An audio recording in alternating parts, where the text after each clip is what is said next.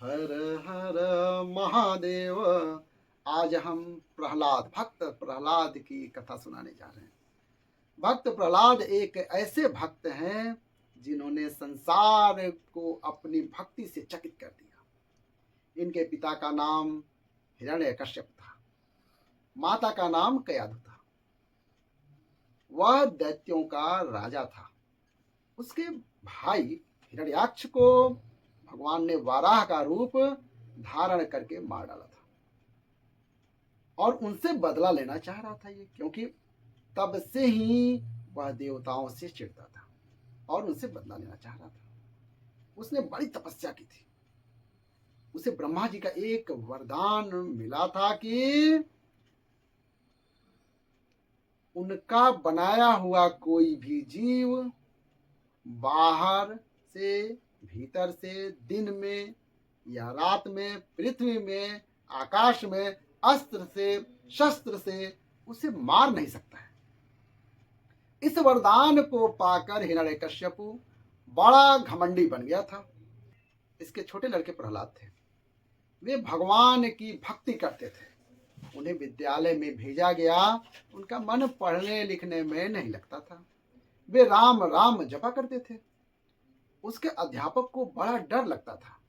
उन्होंने बड़ी कोशिश की कि वे राम नाम छोड़ दें, पर प्रहलाद ने एक ना सुनी। एक बार हिरण्यकश्यप ने प्रहलाद को बुलाया, उन्हें गोद में बिठाकर प्यार से पूछा, बेटा तुम्हें सबसे अच्छी कौन सी चीज लगती है?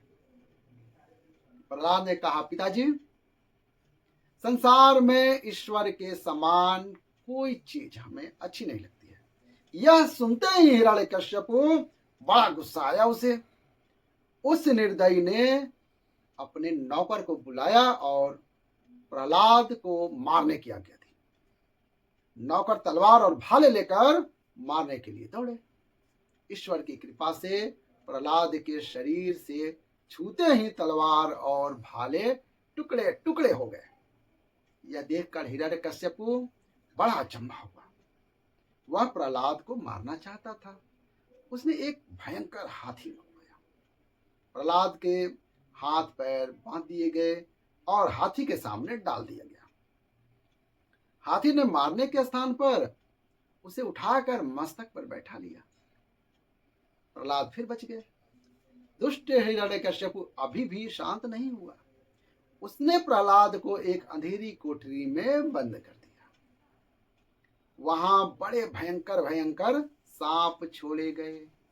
वे सर्प भी भक्त प्रहलाद के सामने जाते ही केचुए के समान सीधे हो जाते थे। जब इससे भी प्रहलाद की मृत्यु नहीं हुई, तब एक जंगली शेर को इन्हें मारने के लिए मंगवाया गया। इस बार भी प्रहलाद का बाल बांका न हुआ। शेर भी उनके सामने पालतू कुत्ते के समान पूंछ हिलाकर बैठ गया और ऊंचे पहाड़ से फिर गिराया गया। इसे जहर खिलाया गया, पत्थर बांधकर समुद्र में फेंका गया, ऊंचे पहाड़ से गिराया गया, किंतु इन पर कोई असर नहीं हुआ। इतने पर हिरण्यकश्यप ने इन्हें मारने का विचार छोड़ दिया। अब उसे अपनी बहन होलिका को बुलाया। अपनी बहन होलिका को उसने बुलाया। होलिका अग्नि में बैठ सकती थी। पहले के लोगों में बहुत शक्ति होती थी। उसने एक बार बड़ी तपस्या की थी। तपस्या से ये पाई थी। तपस्या के बाद इसे एक कपड़ा मिला था। इस कपड़े को ओढ़कर अगर वो आग में चली जाती थी तो वह जलती नहीं थी। हिरण्यकश्यप ने उसे प्रहलाद को लेकर अग्नि में बैठने की आज्ञा दी। एक बड़ा सा गड्ढा खुदवाया गया। उसमें खूब लकड़ियां इकट्ठी करके आग लगाई गई। वही वस्त्र ओढ़कर होलिका प्रहलाद के साथ अग्नि में घुसी। भगवान की कृपा से होलिका का वस्त्र उड़ गया और वह उसी अग्नि में जल गई और प्रहलाद बच गए। इस दिन अर्थात फागुन मास की पूर्णमासी के दिन हम इस घटना की याद में होलिका का त्योहार मनाते हैं। अब हिरण्यकश्यप ने खुद प्रहलाद को मारने का निश्चय किया।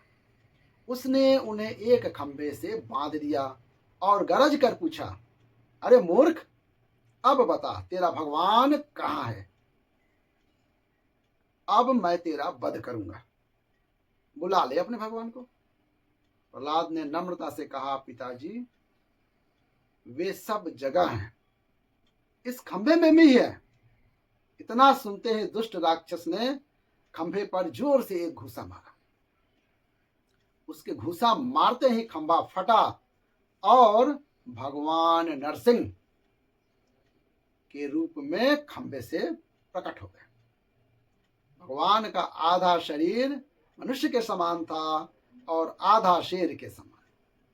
प्रकट होते ही वे गरजने लगे।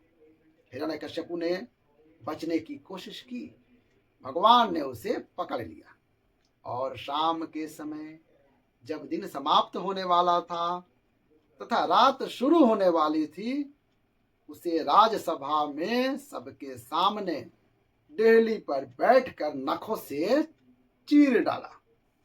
भगवान ने अपने भक्त की रक्षा की, उसे भक्ति प्राप्त करने का आशीर्वाद दिया और वरदान देकर वे अंतर्ध्यान हो गए। बाद में प्रहलाद ने बहुत वर्षों तक राज्य किया। छोटी सी बाल कथा थी, कैसी लगी? अच्छी लगी तो प्यारा सा एक लाइक दे दीजिएगा।